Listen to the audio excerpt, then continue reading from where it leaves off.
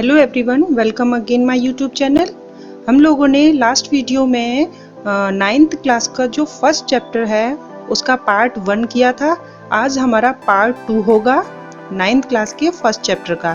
इसमें हम मेसोपोटामिया की सभ्यता और वैदिक सभ्यता इसके बारे में पढ़ेंगे। जैसा कि चैप्टर में जिस तरीके से दिया हुआ है उसी तरीके से हम इसके क्वेश्चन जो हैं वो सॉल्व करेंगे। चैप्टर आपने पढ़ लिया होगा, तो चलिए स्टार्ट करते हैं। क्वेश्चन नंबर 1 है, वैदिक सभ्यता का कालक्रम क्या है? वैदिक सभ्यता का कालक्रम क्या है? द राइट आंसर इज 1500 ईसा पूर्व से 600 ईसा पूर्व वैदिक सभ्यता का कालक्रम माना जाता है। अगर साल में पूछा जाता है तो आप 1500 में 2000 ऐड करके बताएंगे कि 3500 साल से लेकर 2600 साल तक। ठीक है, वैदिक सभ्यता का कालक्रम यदि साल में पूछा जाता है तो आप क्या आंसर देंगे? 3500 से 2600 साल पहले। और अगर ईसा पूर्व में पूछा गया है तो 1500 से 600 ईसा पूर्व। नेक्स्ट क्वेश्चन, वैदिक सभ्यता का विकास करने वाले जन समुदाय को क्या कहा जाता था जिन लोगों ने वैदिक सभ्यता को जन्म दिया? इसका राइट आंसर होगा आर्य। आर्यों ने सबसे पहले वैदिक सभ्यता का विकास किया था, तो इस जन समुदायों को क्या कहा गया?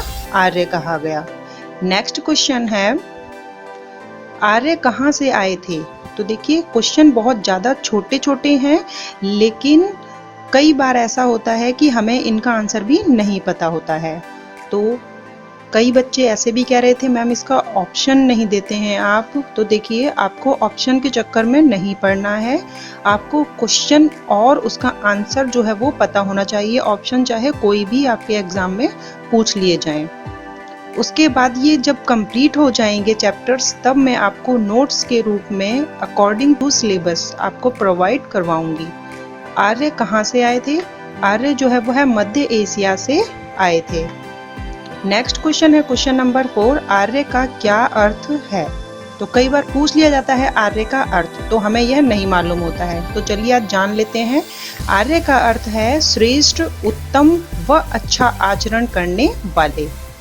नेक्स्ट क्वेश्चन है, वैदिक साहित्य के ग्रंथ कौन कौन से हैं? राइट आंसर इज वेद, ब्राह्मण, उपनिषद, अरण्यक, षट वेदांग। ये सभी वैदिक साहित्य के ग्रंथ माने जाते हैं। हम सभी क्वेश्चन जो हैं वह चैप्टर के अकॉर्डिंग ही कर रहे हैं, इसलिए चैप्टर में जितना दिया है हम उसी को पढ़ेंगे, उसके बाद अकॉर्डिंग टू सिलेबस करेंगे। वैदिक काल में राजनीतिक जीवन का आधार क्या था? तो बताइए, वैदिक काल में राजनीतिक जीवन का आधार क्या था? उस समय राजनीतिक जीवन का आधार बहुत अच्छा हुआ करता था, तो परिवार जो था वह वैदिक काल में राजनीतिक जीवन का आधार था। क्वेश्चन नंबर 7, वैदिक काल में शासन का जो सर्वोच्च अधिकारी था वो था राजा, जो कि निर्वाचित होता था। नेक्स्ट क्वेश्चन है, वैदिक काल में वर्ण व्यवस्था किस पर आधारित थी? तो वैदिक काल में वर्ण व्यवस्था का आधार था कर्म। कर्म के आधार पर ही वैदिक काल में वर्ण व्यवस्था जो है वह बनाई गई थी। नेक्स्ट क्वेश्चन है, वैदिक काल का पालतू पशु क्या था? वैदिक काल का पालतू पशु जो था वह क्या था? Right answer is guy.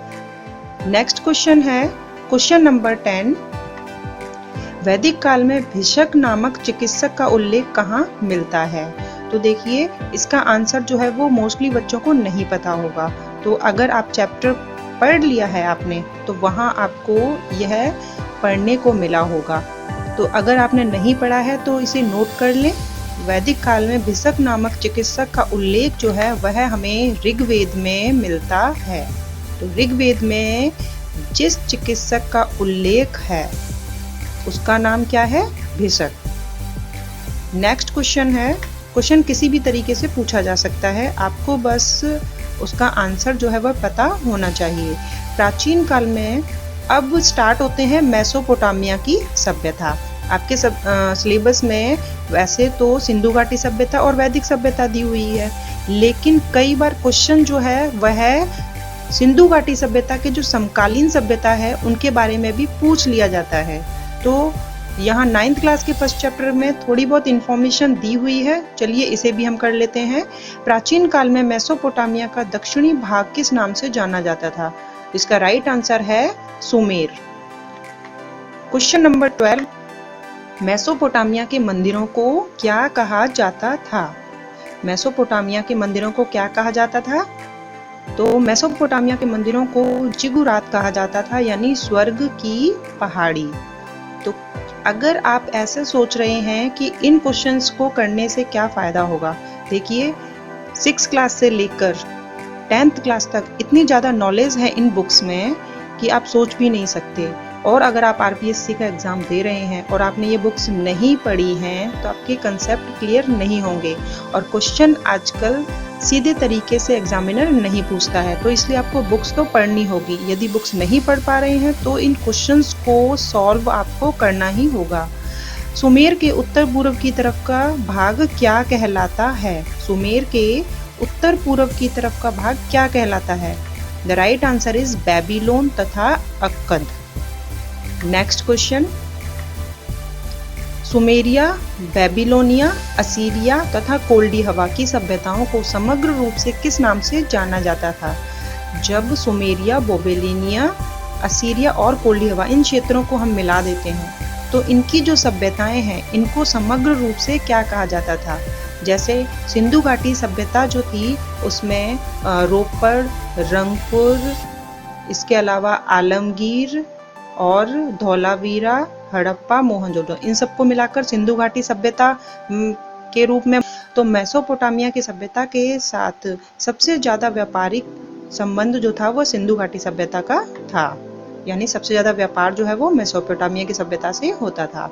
Mesopotamia के लोगों ने किस स्थापत्य कला की एक महत्वपूर्ण खोज की?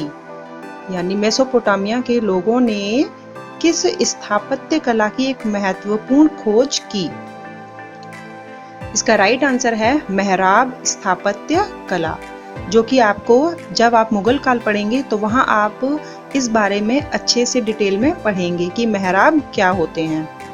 नेक्स्ट क्वेश्चन है, मेसोपोटामिया की पहली लिपि का विकास कहाँ हुआ? मेसोपोटामिया की पहली लिपि का विकास कहाँ हुआ? The right answer is Sumer. यहाँ पर सुमेर की लिखा हुआ है तो की वर्ड नहीं है। मेसोपोटामिया की पहली लिपि का विकास सुमेर में हुआ। नेक्स्ट क्वेश्चन है, कीलाक्षर या कूनिफॉर्म क्या है? अब देखिए आपके रीट के एग्जाम में ये क्वेश्चन पूछा हुआ था। अब आपके सिलेबस के अकॉर्डिंग ये क्वेश्चन नहीं आना चाहिए था, लेकिन फिर भी आया। तो अब आप इस क्वेश्चन का आंसर कैसे दे पाते अगर आपने बुक नहीं पढ़ी होती? तो कीलाक्षर या कूनिफॉर्म जो है वह क्या है? कील, जिसे चिन्ह बनाकर लेखन कला, जो सुमेरियन व्यापारियों का हिसाब किताब के लिए रखी जाती थी। ठीक है, तो कीलाक्षर क्या है? यानी कील से चिन्ह बनाकर लिखा जाता था। तो ये क्या थी? ये सुमेरियन व्यापारियों के हिसाब किताब रखने के लिए रखी जाती थी। नेक्स्ट क्वेश्चन है, मेसोपोटामिया के नगर कौन कौन से थे? मेसोपोटामिया के नगर कौन कौन से थे? उर, लगारा, एरेक, एरेडू। उर, लगारा, एरेक और एरेडू। नेक्स्ट क्वेश्चन है, मेसोपोटामिया किस भाषा का शब्द है? मेसोपोटामिया किस भाषा का शब्द है? द राइट आंसर इज यूनानी, जिसका अर्थ क्या है? दो नदियों के बीच की भूमि।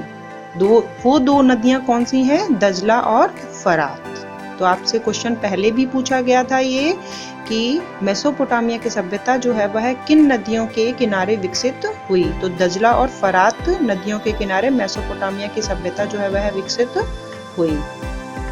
नेक्स्ट क्वेश्चन है, मेसोपोटामिया का आधुनिक नाम क्या है?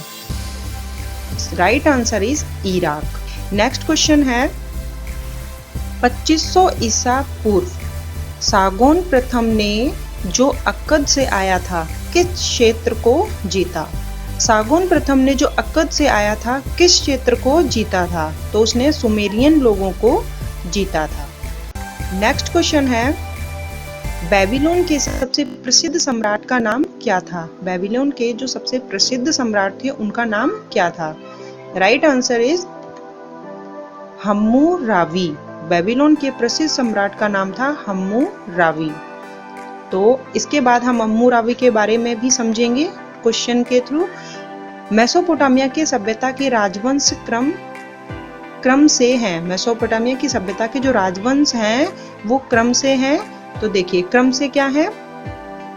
सबसे पहले मेसोपोटामिया में सुमेरियन लोग आए, फिर असीरियाई लोग आए, उसके बाद काल्डियाई लोग आए, बेबीलोनिया के लोग आए और बाद में पारसिया के लोग आए। यानी कि इन राजवंशों ने यहाँ पर अपना स्थापत्य किया था। यानी कि यहाँ पर ये लोग एक दूसरे को हरा कर और अपना राजवंश इन्होंने स्थापित किया था। सबसे पहले सुमेरियन लोग आए, फिर असीरियाई लोग आए, उसके बाद काल्डियाई, बेबीलोनिया के लोग आए और लास्ट में पारसिया के लोग आए। नेक्स्ट क्वेश्चन है, इन सभी सभ्यताओं को ही मेसोपोटामिया की सभ्यता कहा जाता है। नेक्स्ट क्वेश्चन है, हम्मुराबी की विधि संहिता क्या थी?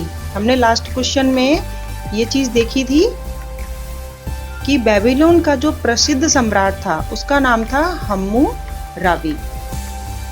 तो अब क्वेश्चन पूछा है कि हम्मुराबी की विधि संहिता क्या थी, यानी कौन सी पॉलिसी वो अपनाता था। तो बताइए इसका आंसर। राइट आंसर इज कि हम्मुराबी ने एक विधि संहिता जो है वह अपना रखी थी। 8 फुट ऊंची पत्थर की शिला पर उसने लिखवाया था कि जैसे को तैसा व खून का बदला खून, यानी जिसने जैसा किया है उसे वैसा ही सजा जो है वह मिलनी चाहिए। यानी यदि किसी ने किसी का खून किया है तो उसके बदले उसका खून भी बहाया जाना चाहिए और इससे कोई भी पाप जो है वह नहीं लगता है। तो ये हम्मुराबी की क्या थी? पॉलिसी थी। क्वेश्चन नंबर 26 है, मेसोपोटामिया की सभ्यता में राजा का स्थान माना जाता था। तो मेसोपोटामिया की सभ्यता में राजा का स्थान क्या था? वैदिक सभ्यता में राजा का स्थान सर्वोच्च था। तो मेसोपोटामिया की सभ्यता में राजा का स्थान जो था वो पृथ्वी पर देवताओं का प्रतिनिधि, ठीक है, यानी कि जो राजा था उसे देवता ही माना जाता था कि पृथ्वी पर अगर देवता है वह राजा ही है। नेक्स्ट क्वेश्चन है क्वेश्चन नंबर 27, मेसोपोटामिया का मुख्य व्यवसाय क्या था? तो इसका राइट आंसर है कृषि। कृषि इनका मुख्य व्यवसाय था। और वैदिक सभ्यता का जो मुख्य व्यवसाय था वह क्या था? पशुपालन। तो ये चीज आपको याद रखनी है। नेक्स्ट क्वेश्चन है, सर्वप्रथम बैंक प्रणाली किस सभ्यता में प्रारंभ हुई? तो देखिए कि ईसा से बहुत साल पहले भी बैंक प्रणाली थी। तो किस सभ्यता में थी? तो ये आज आपको पता चलेगा कि मेसोपोटामिया की सभ्यता जो है वह बहुत ज़्यादा ही आधुनिक काल की तरह ही इस सभ्यता थी, यानी कि यहाँ पर बैंक प्रणाली भी थी। तो मिलते हैं नेक्स्ट वीडियो में। Thank you.